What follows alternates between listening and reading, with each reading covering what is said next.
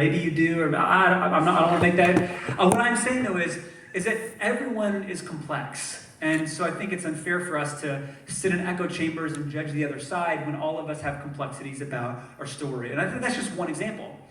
So in this kind of conversation, I invited Karis and Jalen because you both have such a passion for advocacy and specifically justice as it pertains to kind of this cultural moment, right? A lot's happened in the last year. I'll kind of break the ice here. You know, the death of George Floyd over a year ago, that sparked so much conversation, a lot of needed conversation, a lot of scary conversation, and now we're living in two different narratives, two different political narratives a year later that we're maybe still afraid to approach some of these topics because of the implications or the fear, the judgment that they carry, and what that says about us and what it really means about them and how they're wrong. So I'm setting this table for us, and ultimately I just wanted to start. I wanted to elevate this issue of justice and advocacy for people who are different, or different experiences, and elevate this not because of the politics, but because we can all connect to a greater humanity. And Jalen, you said something I'd like to I don't know where to start, but I kind of have two questions to start with of why does the conversation around justice matter to the both of you?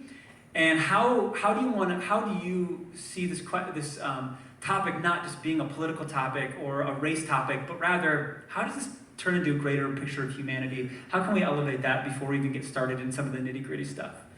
So I don't know who wants to take that first. It's interesting because I think you just preached one of the greatest sermons ever, just right there. But I think truthfully, the thing is like we often get caught up in like the products of things. You know, and we don't necessarily look at like the context in which they were created or formed. And I think what we fail to understand is it's like the world's a pretty big place. And there are so many different subsets and sections of culture and people groups. It's like, I'd like to say this all the time. So like, I'm an African-American male from Metro Detroit. I'm young, I fit that demographic. But my story and my experience may be very different than a young African-American male living in Atlanta, Georgia. You know, we're in two different parts of the US. So the thing is like, I think what's really easy for us to do at times is to say, okay, since it's so complex, how can we deduce it to just groups? Oh yeah. You know?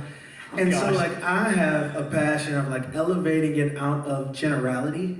Yeah, wow. And elevating the conversation to one about humanity. Wow. You know? Yeah. About where are our shared experiences and where do our cultures cross. Yeah. And then at what points were our cultures formed out of something very gospel-centered, something very beautiful, like what I believe God's vision for diversity is, and then what areas were where subcultures formed out of our brokenness and our sin. Oh. And let's differentiate between the two. That's why I'm passionate about it, because I think there's an answer to that no one's asking that question. Oh yeah, that's so good. Well, yeah, Karis, I know for you. I know, it's like, how do you even respond?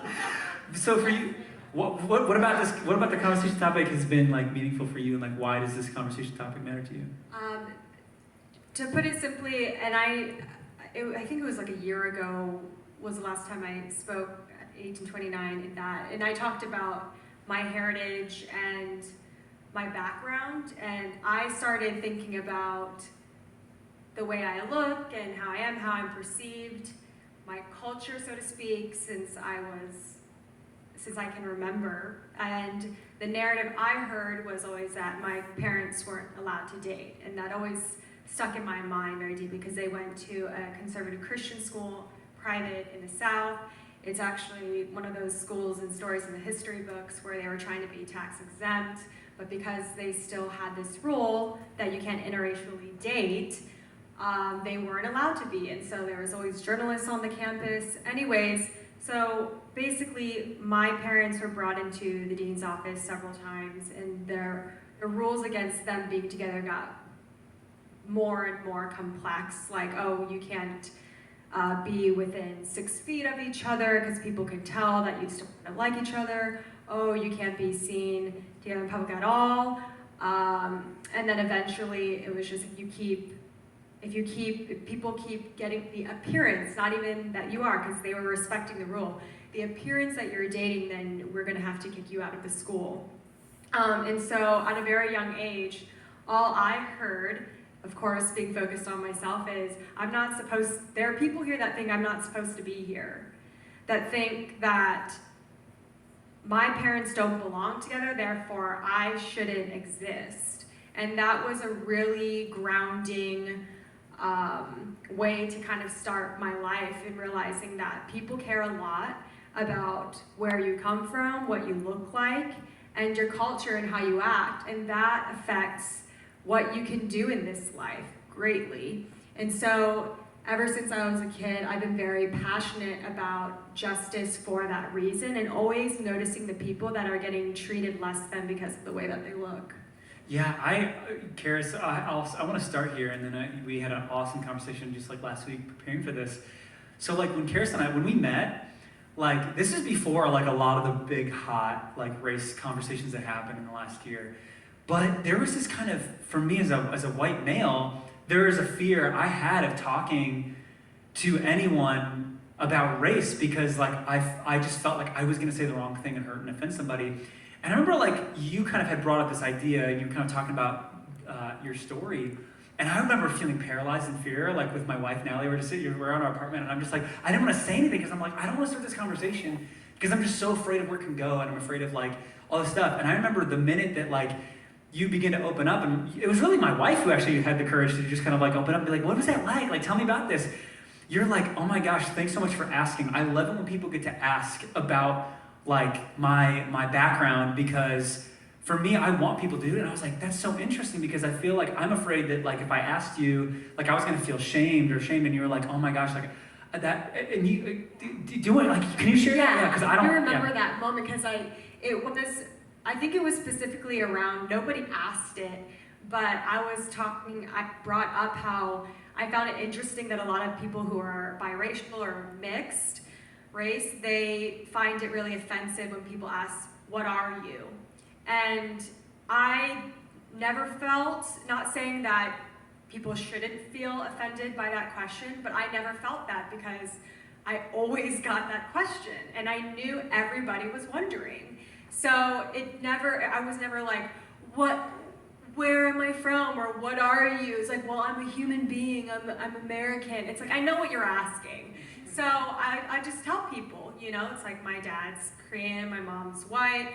And I think, especially over the past few years, a lot of people have thought that it means that if you're asking a question about somebody and what their background, it means that you're pigeonholing or putting them in a box.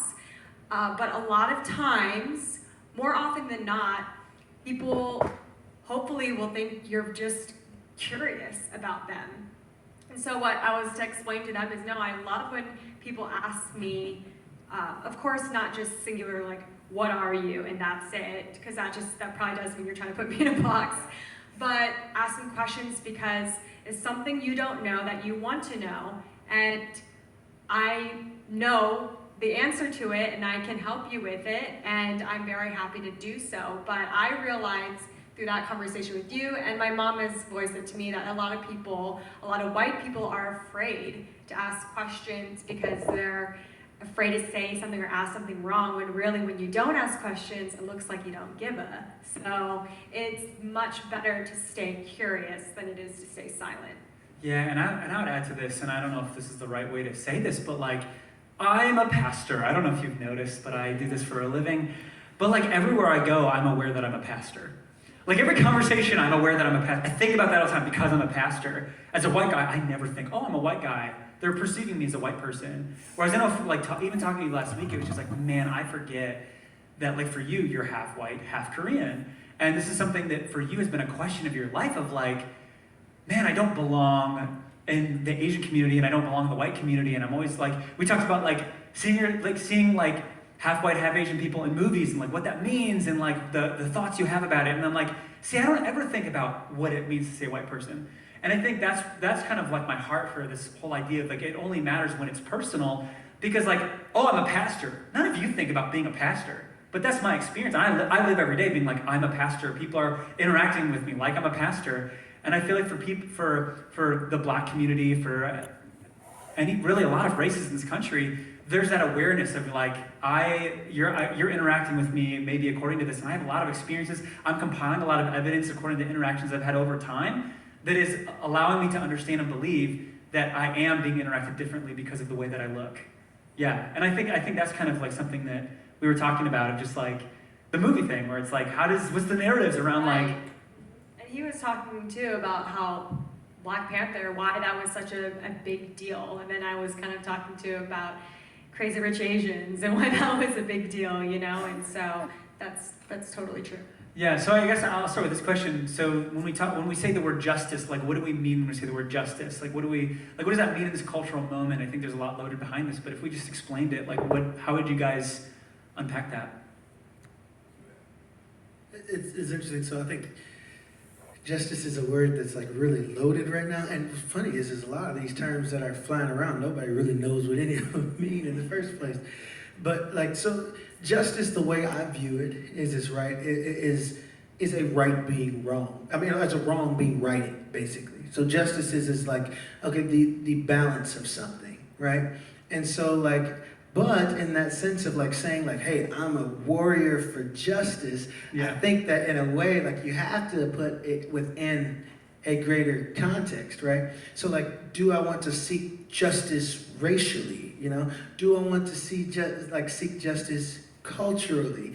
Do I want to seek justice politically? You know, so the thing is like, I think this is why Scripture tells us like to do justice, because it should be active in everything that you do. So I want to apply it to every aspect of my life. So for example, I don't want to just seek justice because some Black person was done wrong by a white person, right? Although while I do believe justice should be done in that situation, but I would rather create people that live justly in a way where those things don't happen. So justice, the definition for me is literally saying, okay, I'm going to live a life in a way, or I wish we had a community that lived in a way where we would right the wrongs that have been done, but also live in a way that does justice. Yeah. Makes sense? Yeah. That's the way I define it. Yeah, it sounds biblical. It's crazy. It's weird. So like, okay, how in the world did we get here? Why is this conversation so? How did we end up making race a political conversation? Like this is, I know that's like a huge question, but like, how in the world, when we talk about race, are we now all feeling afraid in this room? When like, do you know what I'm saying? Like, why is that fear exist? Like, let's zoom out, take perspective, I think, and just realize that like, hold on, we don't have to be afraid of this conversation because there's a bigger picture. Yeah, 100%, man. And this is what I mean by like, I think people don't go back enough sometimes. So like, let me explain it the best way I can from the context of an African American, right?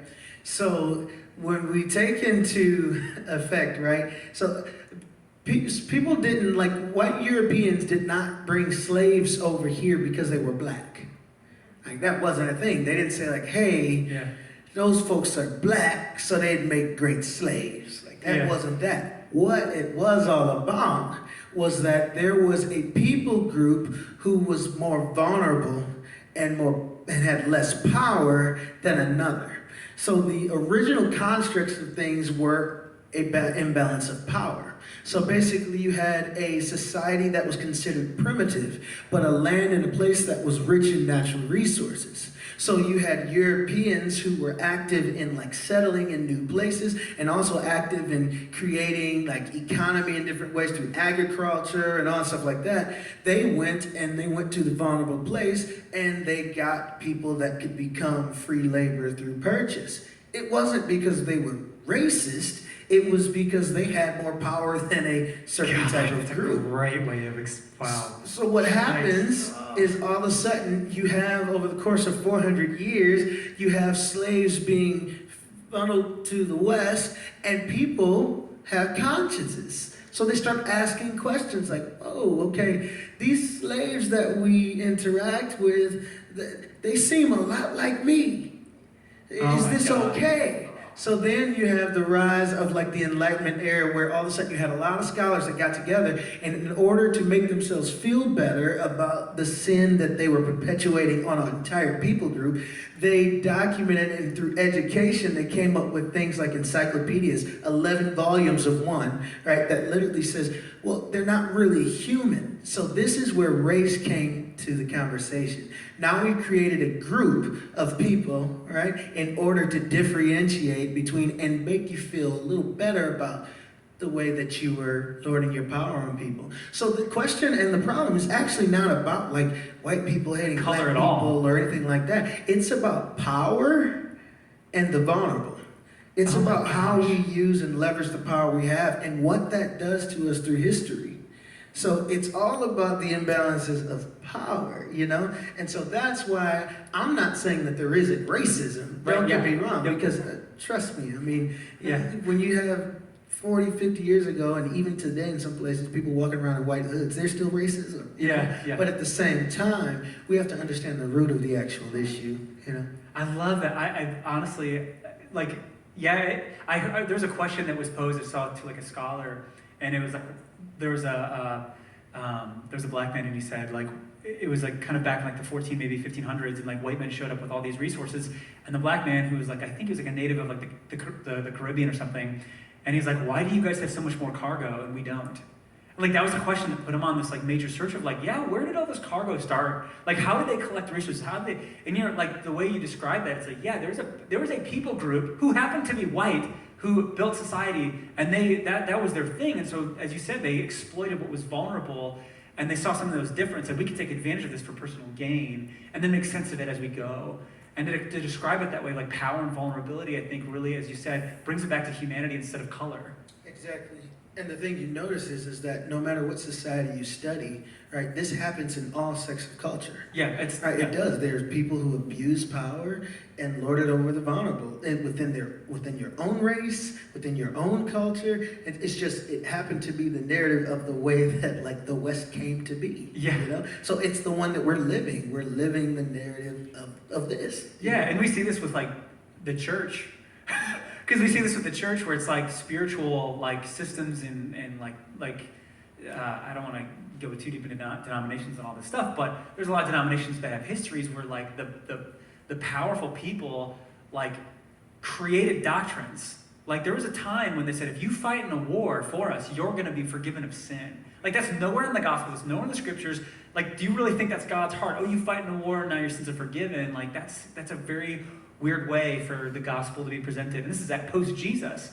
And so it's power taking advantage of people who maybe didn't have access to education or didn't know what the Bible said. And so you're right, like we see this transposed into so many different areas of culture. And so how this plays out today is I think there's kind of like maybe a fear and a protectionism for all of us of being like, I don't want to be in the wrong. I don't want to be in the wrong side of history. I don't want to have to feel like I'm somehow perpetuating a problem that has been created long before even my time.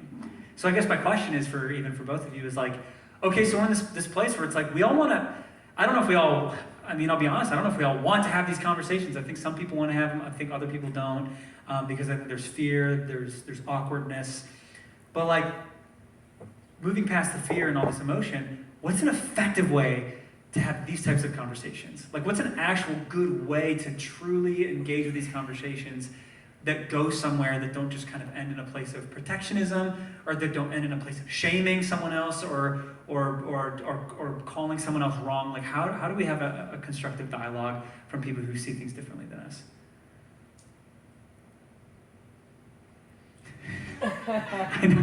We're trying to answer like the questions of humanity on the stage. Sorry, guys. Dang. Okay. Well. Yeah. This is tough, and It's so easy to take things personally. Yes. It's like, oh, I take that personal. Like, yeah, and I'd be lying if I said I knew exactly how to navigate conversations, because it is very difficult. But I've been learning. I could say I've been learning a lot, even over the past couple years. But something that has been interesting is seeing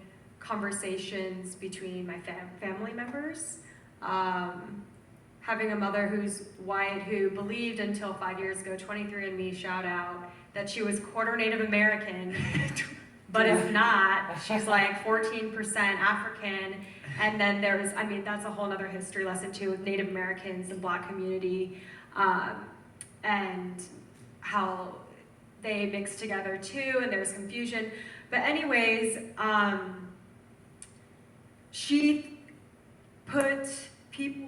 thought it was cool to be different, to look darker and to have something. And she's, to this day, I think she thinks she's Korean. She watches K-dramas every day.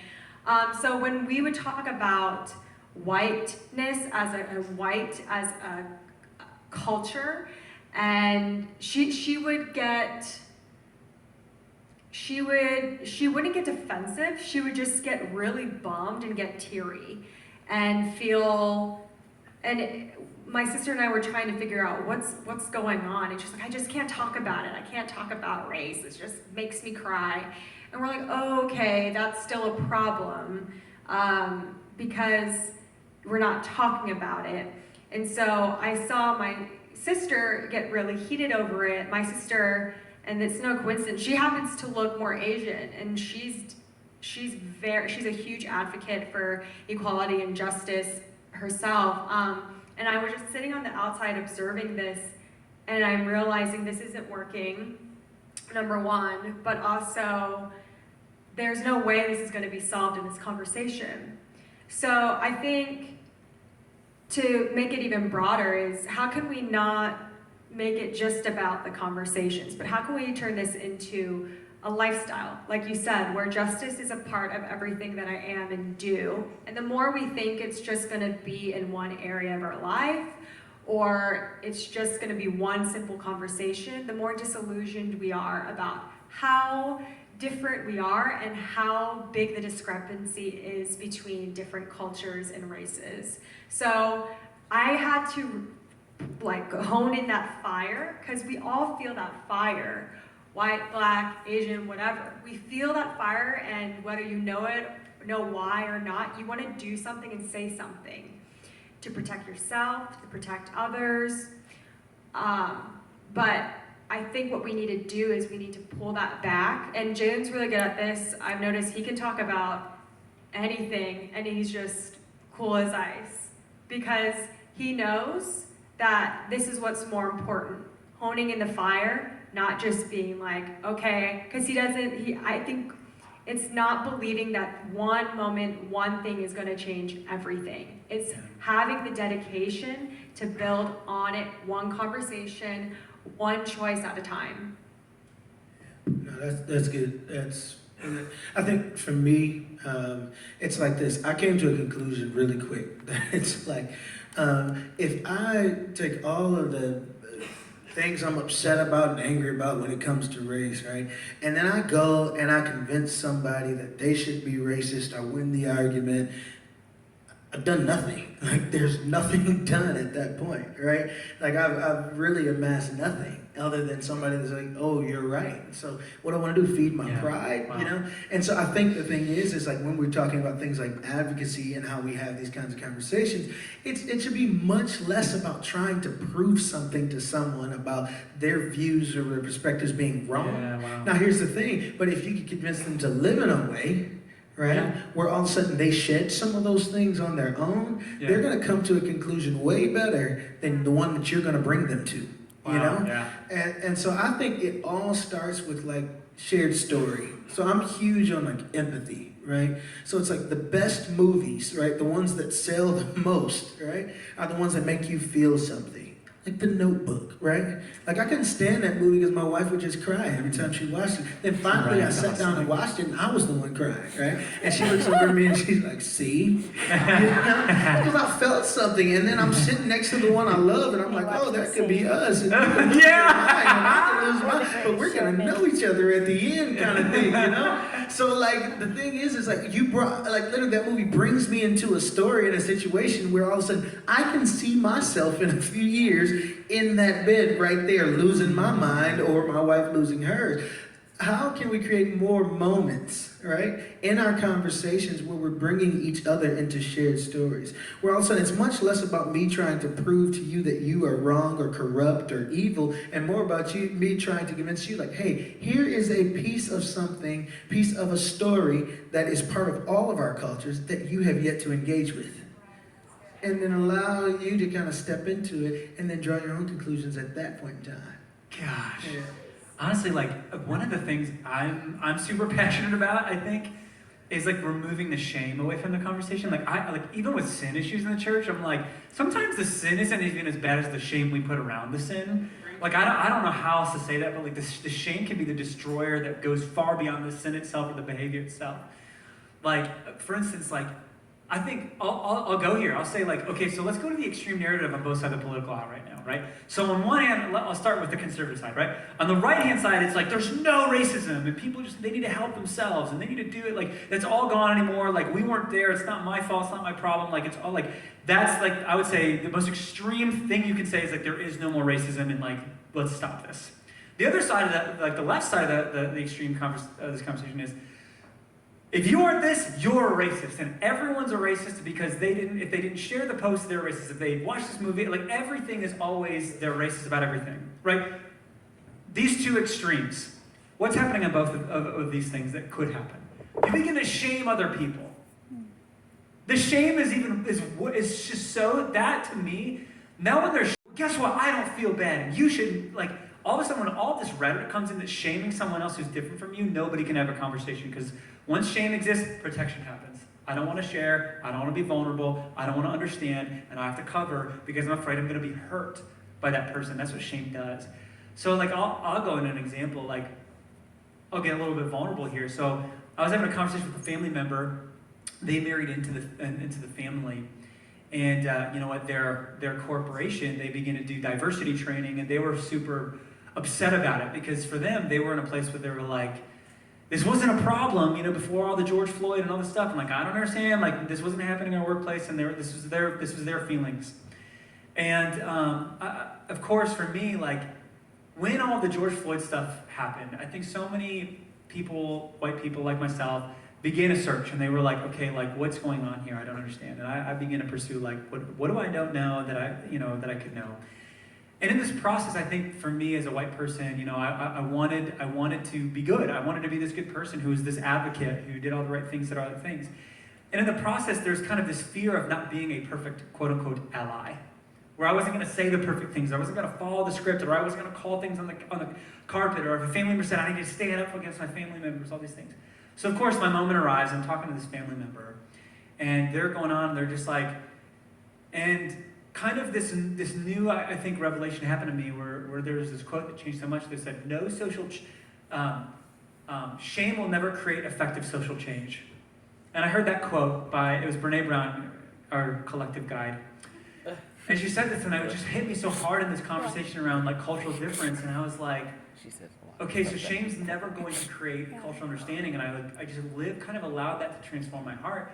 And then this moment came up, and I was like, yeah, tell me more about that. Like, why do you feel this, and why do you experience this? And they said, I'm just frustrated that I can never understand. So what's the point of me trying to understand if I can never understand? And that was their big hang-up, this family member.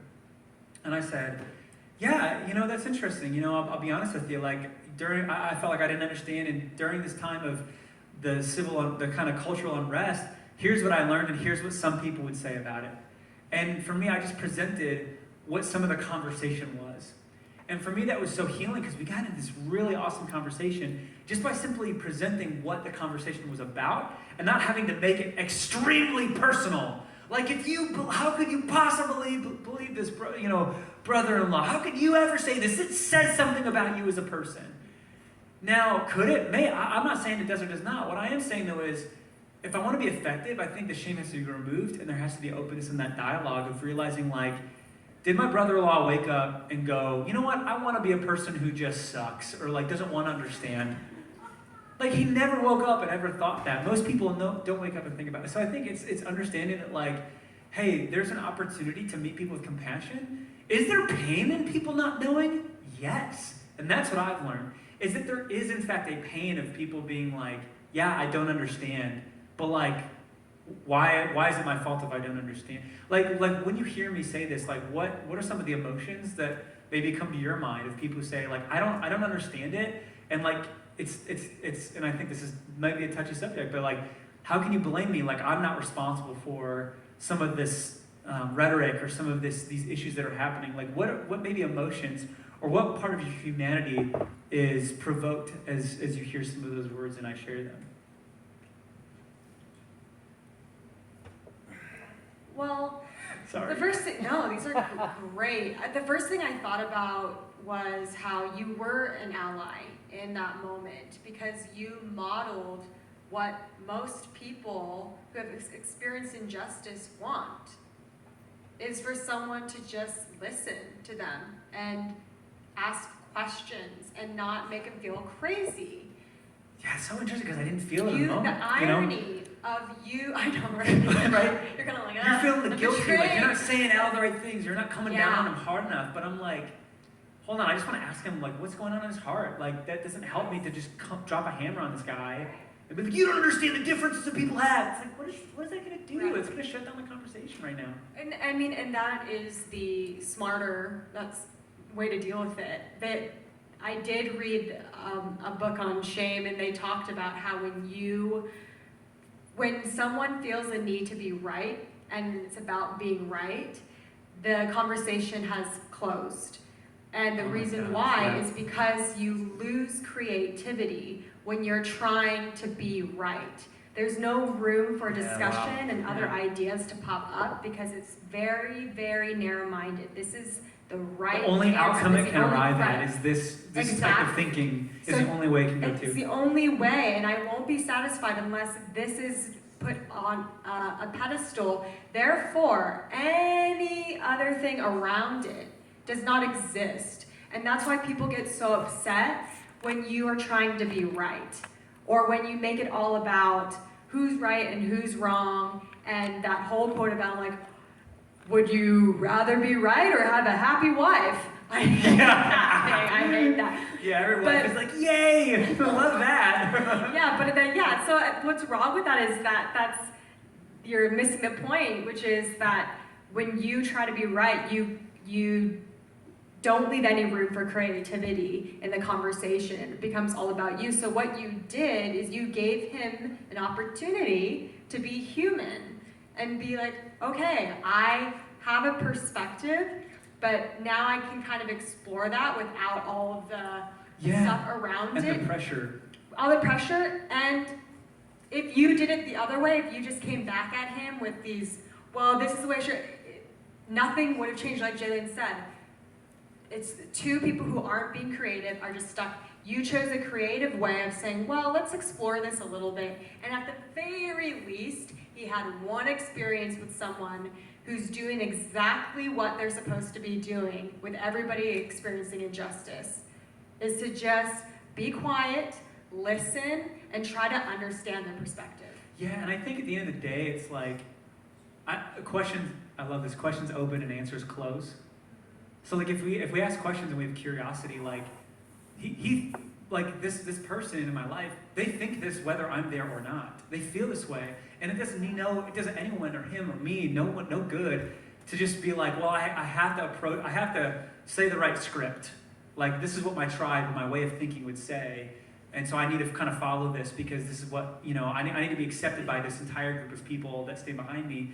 And I don't know. I think a good measurement for us to like explore our own kind of biases is if we're protecting something. Like, I don't care what political, like, you could be Democrat or Republican, the moment you feel like you have to protect a belief, I think that's where you have to kind of just go, okay, why does that matter so deeply to me? If this is wrong, if this deeply held belief is wrong, what's at stake with me losing this, right? And I think that's something to really evaluate, like, what am I so afraid of losing? What does this say about me if I lose this concept? And why do I feel like I need to defend it vigorously? I think that's a great measurement to be like, okay, I need to investigate this and maybe and have some more curiosity surrounding this. Yeah, and make it personal, because I think Yeah. it is personal. You know, I think I've never come out on the good end of things when I've just tried to stick with some kind of this is how it is, and this is, you shouldn't have done this, and everything I'm learning as special in couples counseling is that I avoid saying what I feel and how it's hurting me at all costs because I'm trying to protect myself. And I'm so afraid of someone trying to just take advantage of me, bulldoze me, and belittle me that I won't share how I really feel about something, and it comes out as cold, as angry, resentful, when really I'm just like a 5-year-old girl who's really upset and too afraid to say that because I'm afraid I'm not going to get the response I want and need. And so a lot of times I'm trying to be emotionally vulnerable and saying, instead of saying, I just walk away. Worse. That's my defense mechanism has always been hide and go away until I'm done crying and then come out stronger and more resilient because now I know how you can hurt me. So now I'm trying to practice in the middle, catching myself in the middle of someone saying something like that. Maybe in that moment it's like, ooh, like you said, something stirring in me. And say, something is stirring. Something? Wow, imagine that, saying exactly what's going on. Something is stirring in me and I feel uncomfortable right now and I feel unsafe because I feel like you're almost saying that to me. Do you think that about me? Like, does this say something about my character if Right. I don't believe this? Am I now a bad person? Right. Yeah, who's just Because filled with evil. you're saying something that feels like I identify with, and I'm afraid that you would say that to me. Yeah. Would you say that to me? Yeah. Would you believe that about me? I'll never forget when you shared a message, actually, Jalen, about this question that Jesus asked a lot, actually, which is, do you love me? And the reason why that's such a profound question is because it's so vulnerable, number one. And it gets to the heart of what all of us are really wondering when we're walking around and when we're being hurt by people. Do you love me? Do you really love me? Can I be accepted? Yeah. Can accepted I for be what accepted think for who I am? And so I think, I don't know if that kind of pertains to it, but Yeah, I'm curious to hear your thoughts to close us off before we go into Q&A. By the way, start thinking of some questions that you have. Again, this is a safe space, but I just wanted to make room for your response. But I wonder, coming back to your idea of like, we need to connect over the emotion together and the shared stories. I think like whenever you're like fighting, like solving a conflict, like in marriage, for example, like you need to connect on the emotional level without just even the logic or the words. Like literally, my wife and I have this joke right now where she's just like, I'm feeling really stressed and like I just don't know what to do, and she's like processing all these things, and then I look at her and be like, you know what? Don't. You know what? Just stop worrying. And I'm like, because it's like, how often do we just go, you know what?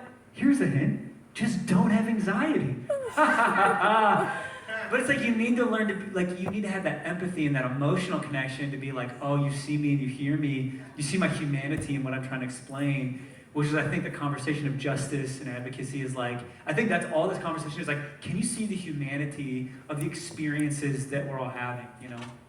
Yeah, no, that's good. I mean, I promise, it's like a family gene. Like your dad and you always say things that like, I get stuck and I probably blanked out like because when you were talking about like, you know, actually bringing yourself and not hiding and that kind of thing. I think that's a huge part of it that I actually really haven't processed much. And so like, you know, to answer your question, Drew, I really think how we bring people into it. So how many of you all, like, I'm a musician, right? I'm a musician. I love music, stuff like that. And one of the most frustrating things is when I have a frustrating, like, rehearsal or, you know, show or whatever else. And then I go home, my wife, who's not a musician, has no clue what I'm talking about. Like, I'm like, you know, this dude hit this chord, and she's like, oh, nice. Yeah, it was a good chord, bad chord, you know, whatever else, you know. But, like, I mean, I think I saw it like with my parents too. So my mom, like really like high level, super awesome woman, has achieved a lot in the banking industry. And my dad works for the county, like as a court and family caseworker. And my mom would come home talking about stuff at the bank, and then he'd be like, I don't know what any of those numbers mean or whatever else. But like the thing is like when we start making assumptions and we start coming to conclusions about stories we don't understand. Wow. Yeah. Right? We have no room to really step in and invest and give our opinion in it. And so like I've had to learn for myself because I have a lot of opinions about things I know nothing about, you know? And so I have to then go to myself a lot of times and say, Jalen, like calm your arrogance down and your pride and step back and say like, you actually don't know much about it. So I would say like if you've got views or opinions about people groups or things like that you have rarely ever known anything about, or have ever been in their context or whatever else, that's a moment where you have to stop and say like, am I truly operating in empathy? Like I truly do believe that is a value that is close to the heart of the gospel, you know, because I think empathy is the tool that brings us together, and we believe the gospel is about us reconciling to creation, reconciling to itself, and reconciling first to God. That's what I believe Ephesians 2 is all about. It's all about the reconciliation process between creation and itself and creation and God. And in order to do that, we have to understand that we share in the same love that Jesus Christ gave for each and every one of us. And in that, it's like when we step into this stuff, we have to be willing to go there with people. And we have to really to table our opinions and the things that we come and the conclusions we draw until we're actually able to step into someone's lived narrative. That's the hard part of the conversation, because in order to actually do that, you have to be willing to let go of some of your pride and your arrogance. Both sides of the aisle. Both sides of the aisle. Yeah. I think when in the scriptures, like there's so much unbelievable real estate that talks about his children being unified and bridging cultural divide. Like half the New Testament is literally like Jews and Gentiles, you know, Gentiles being grafted in. But even like the disciples loving each other, like even just like, now as a dad, you just want your kids to love each other. Like as a pastor, I want my people to get along. When I see division or fallout or friendships fall out or even breakups, because then half the, whoever gets broken up with, it's like one person has to pick the family of 1829, the other one is, they lose the court settlement, they have to get exiled from the community, go to whatever other young adults ministry around the corner.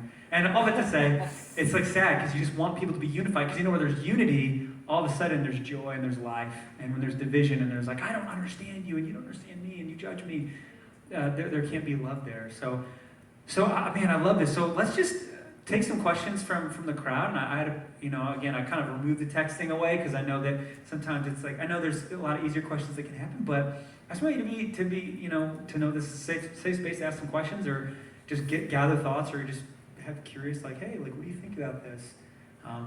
Or even what's your opinion on? That can even be like an easy question to ask. Yeah. What's up? Alright, so like, hearing him talk, it's like with, not based on like black or like slavery being more about vulnerable. You would almost wonder why people on the news aren't talking like that. It's almost like we see a lot of division now, and I guess the easiest way to control a nation would be to divide a nation. So if we're kind of talking scripture, like, there will be an end time, there will be a one world government, we'll see a lot of these things come to pass, and I think we already are.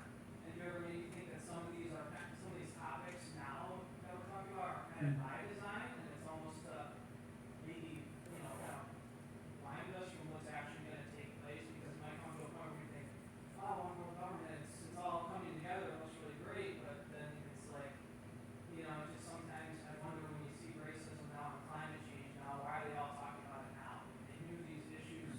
Yeah. It's hard question to say, because I'm not on one side or the other.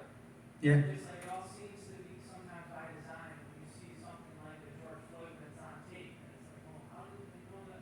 Yeah. It all seems to like a big coincidence. And I don't know if it is, and it's just that's a scary thing. So I think it's almost something almost like all watch out for too. It's just not to be fooled. And my question is do you think some of this stuff is kind of just to divide us, and these topics actually bring us together, or do they kind of push us further apart? Because when you go out in the world, there is racism, of course, and we know there always will be, but like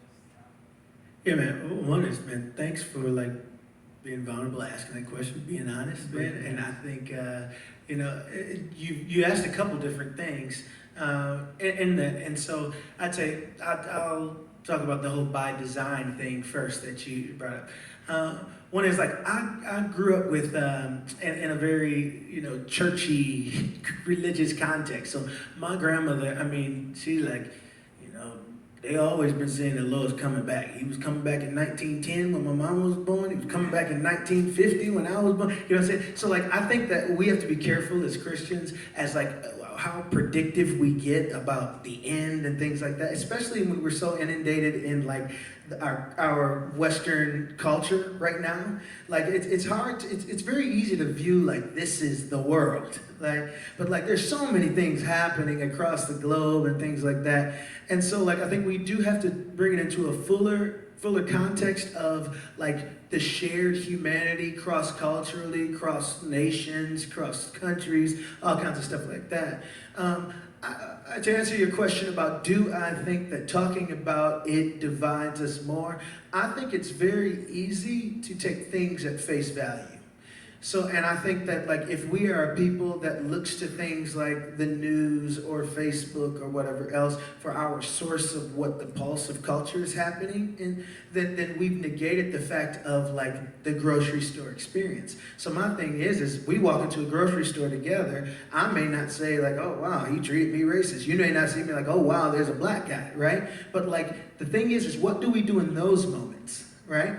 Because the thing is like, we need to have eyes to be able to say, like, and I believe the Spirit calls us in places to say, if I'm walking through a grocery store, right, and I see someone that doesn't necessarily look like me, and I know times are tense, maybe I'm going to talk to them in the line, right? Maybe I'm going to pursue a conversation with them. Maybe I'm going to bring them, because what I know about them or what I know about what they think may be from the conclusions that we've both drawn from media or whatever else.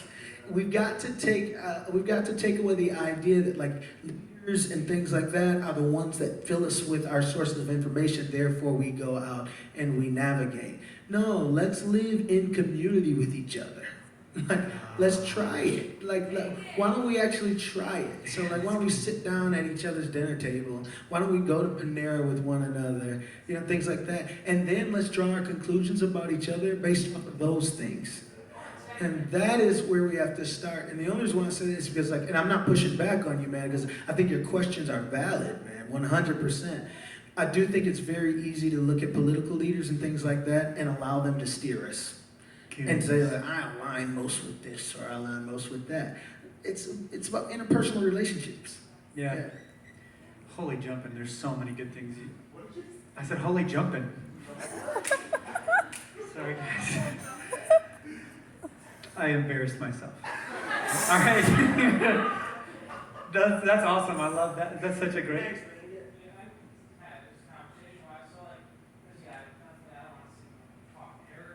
No, you don't at all.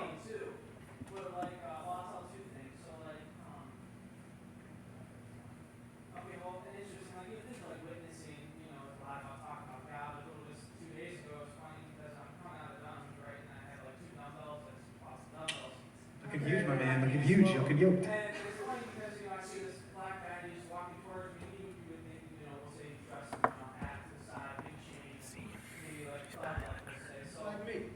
Well, it's funny because he says, Right in front of the curtain, so you can't see. trying to show off working out. That was almost the greatest witness to me because I seen just he trying to reach out to me and it made me laugh and my dad laughs and I'm keeping a sore smile. And so even just those little instances are so powerful, just and with Jesus coming back, it is interesting because if you start on a timeline from when it's beginning at a time until now, yeah, you hear the 70s, he's coming back, the 80s, but it's a very small timeline. So we know he's coming back, but it's just my concern is if we're going to be prepared for that, how it just seems like I said so much just division. Folks, you don't see it too much. You do. But, Yeah. I guess how do we combat that?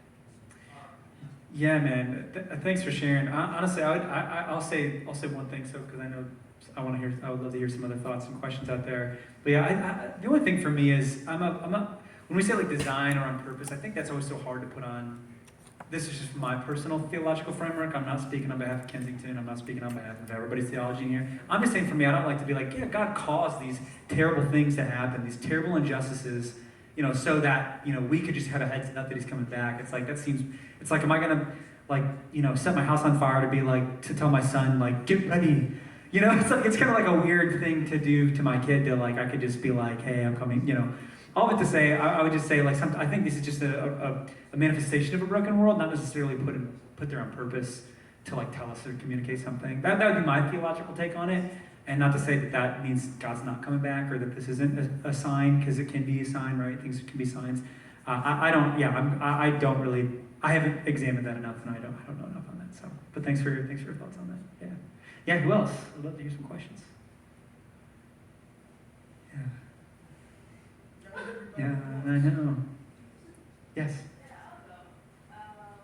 So I was just thinking, like, a lot of, like, bad things, and not necessarily crimes, but a lot of perpetrations to, like, minorities have come from the church, right? Yeah.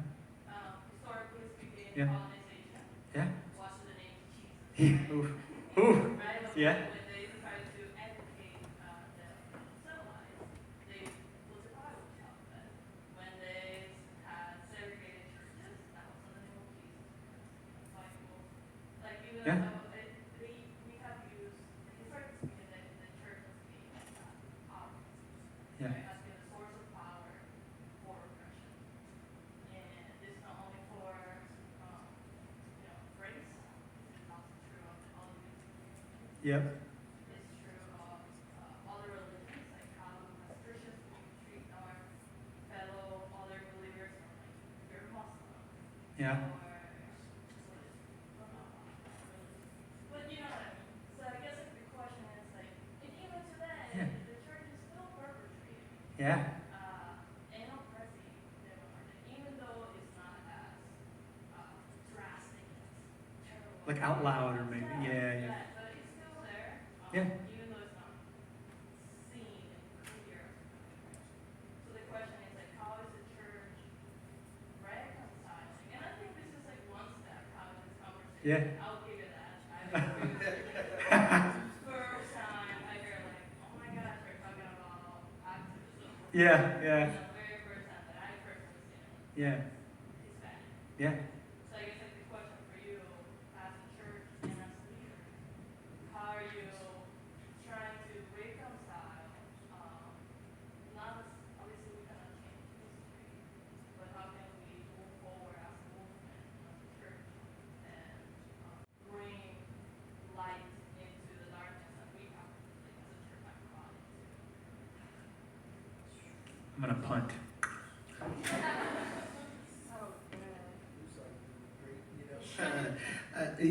That's great. I think you hit a lot of it on the head yourself in the first Yeah. part of what you said. Because you're telling that. If you just take like real quick, like there's a port in Africa called Benin, right? That is where the highest number of African slaves were taken during the transatlantic slave trade, bringing them to the West. And we're in the dungeons where they kept the slaves, right, for days, months at a time while they waited for a new ship to come. Right above the dungeons where these slaves were dying was a church. And they worshipped and prayed and things like that. And then before the journey of the trip across the Atlantic, they knew how dangerous it was. They would, try to convert the slaves, just in case if they died on the ship, their souls would be saved. This is honestly, and then you go back further and you look at like the Crusades and stuff like that. But if you look just in a biblical context, right? That is exactly what the Sanhedrin or the Pharisees and the Sadducees and these people that were perpetuating I love how Dave Gibbons, your father, says this. He says it is a perception of spirituality. Like they were giving you a perception of spirituality. And Jesus came in and basically told them all about themselves, right? I think the way that we do it is we have to realize, like, okay, what are we doing as, like, you're the church, right? So, like, if you're leading a church or the church is the people. It's a people gathered, right? And so I think it's like, where are we spending our time? And that's when, and I'm speaking, I can say this because I was on staff at a church, right? And I'm no longer on staff at a church. But like, I realized that like the number of hours I was spending in a building trying to create and curate an experience for people to come and see, right? I was spending so much time doing that and spending so little time out actually trying to bring the message of the gospel through the way I lived and the way I exemplified myself in a community of people. And so the issue comes is like, so the question about reconciliation is, I think the church has to figure out a way to leave the building. It has to. In order to actually create justice in society, we gotta leave. We gotta have these conversations and then go do something. That's what we gotta do. Y'all think I have a better answer than that? Are you serious? I don't. I honestly no. I mean, I think I'll just be vulnerable and say like I think my heart is broken because there's so much in the church that is so wrong. Just even beyond this conversation, there's so much that can taint your view of God, spirituality, who Christians are. Like just seeing a group of Christians or a culture of Christians, right? Like can just taint your whole view of God of the universe. And I think that's just really sad. So I think that's, it's just, yeah. I want to say one thing to that too. Something that came to my attention recently was that God made man and then man sinned and God regretted it. The Bible says that he regretted it. So God can admit to making a mistake. And he feels regret. And sometimes I feel that way when I think about the church, that he probably regrets those guys the most. He's just like, dude, this is why I regret it. This is why I regret it. But I think to deal with it in real life, it's the only hope that I have, because like Jalen, been part of the church my whole life, I call myself a red letter Christian because that's the only thing in the Bible that I feel like I can really stand by is what Jesus says and understanding him, because he's the only one who died for anything that mattered while everybody else was going off about everything that was going wrong and everything he's doing wrong. Like everyone. So a lot of times when I see the church, it's okay to be mad. It's okay to be mad at the church. It's okay to look at all the churches around you and be like, I don't agree with that. But it's also important to look past that and pass the facade and say, but I know the heart of this, which is Jesus, and that's all that I'm going to follow. Even when the world, doesn't matter, is going in this direction, I'm going to follow Jesus. That may pull you to different places. And again, that's okay. But I think we weren't given permission to be mad at the church. So be mad at the church. They did you wrong. Yeah, be honest. They did all of us wrong. Yeah, 100%. So that was like a really good spiritual answer, by the way. Thanks for doing my job better than me. I'm going to invite the band up, and we'll take one final question. Yeah, who was it? Yeah, we'll go right here. Did you? Okay. We'll go one? Do you want to have the part B question? Part A, part B? I got you. Kind of trying to make this concise, but like, I would really like social media and like Jalen, you were really talking about like actually getting out and doing it, like the example of like being in the grocery store and engaging in the conversation. Do you have any like, I don't think volunteering is the right word, but any like communities to get involved in? Like that's kind of where I think a lot of us might have a problem being able to engage in that. And that's great. Yeah, that's huge. That's like what I'm dedicating my life to right now, is answering that question. And the thing is I think, Jesus asked the young boy, and where Jesus feeds the 5,000, right? And so he's basically saying like, hey, these people have to eat. And he goes to a young boy and he says, hey, what do you have, right? And so I'd say that's the question that everybody in here needs to ask themselves. What do you have? The Lord has uniquely gifted each and every one of us. And he's given us tools that only he's given to us. And so I would say, like, man, what do you have? What does God put in your hands, right?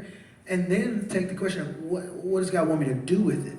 And most of the time you look around you and you'll see that he's got so many different avenues for you to use that gift that he's given you to create justice and equity within a world.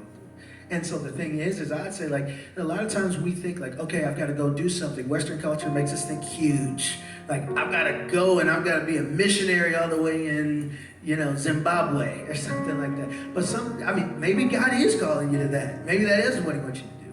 But at the same time, sometimes it's right in your backyard. Sometimes it's right in your face, and you've got a gift that he can leverage and use in order to create the unity and the reconciliation that he talks about in Scripture. That's what I think, man. Yeah. That's awesome. Yeah, that's what we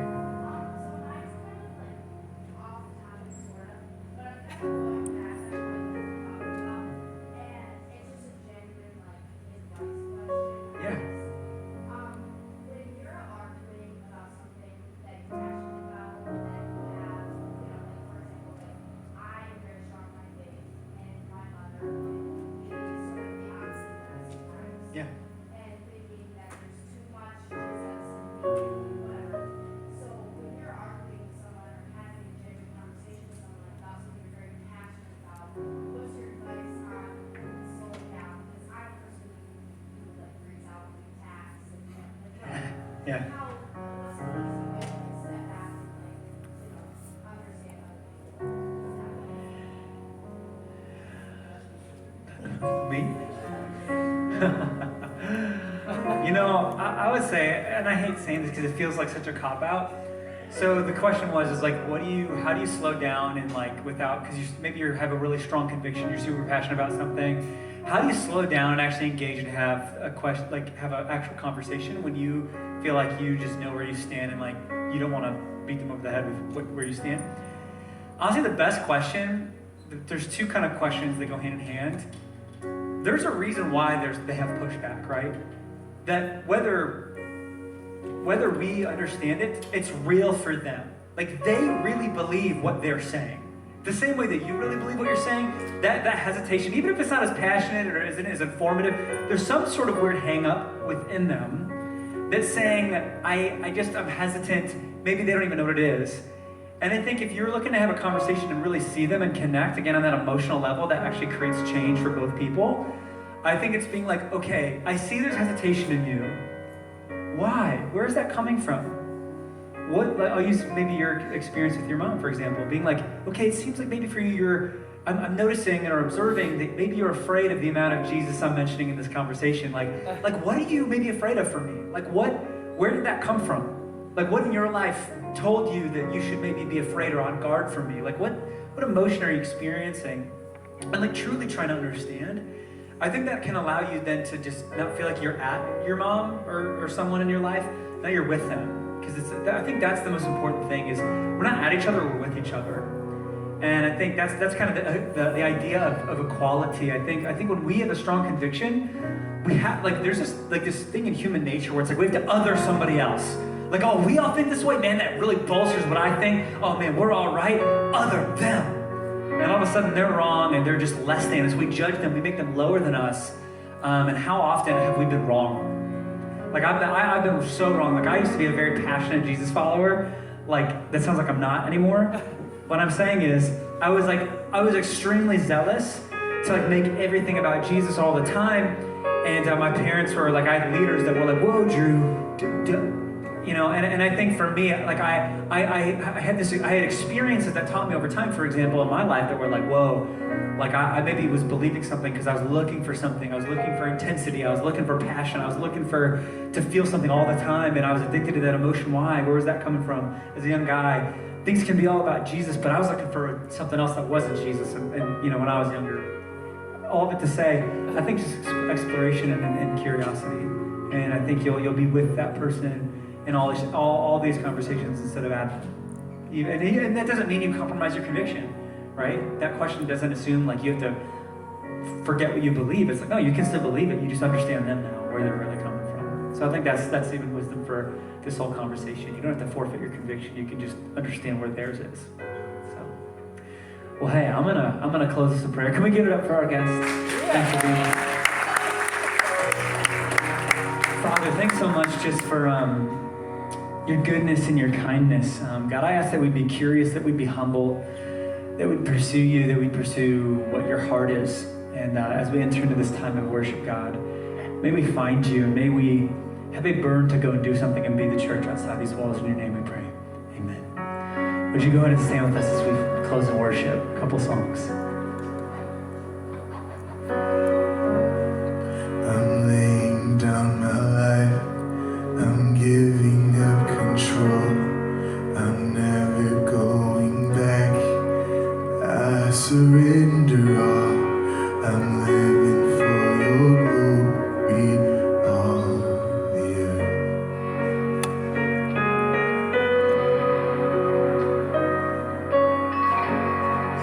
This passion in my heart, this stirring in my soul, for all the nations to bow, and everyone will know I'm living for your glory on the earth.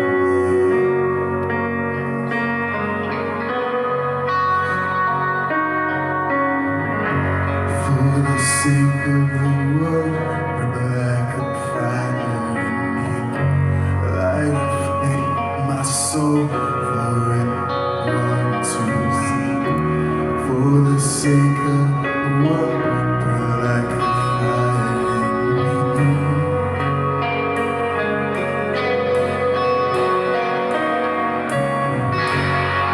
Burn like a fire in me. This passion in my heart, this stirring in my soul, to see the nations bow, for all the world to know I'm living for your glory on the earth.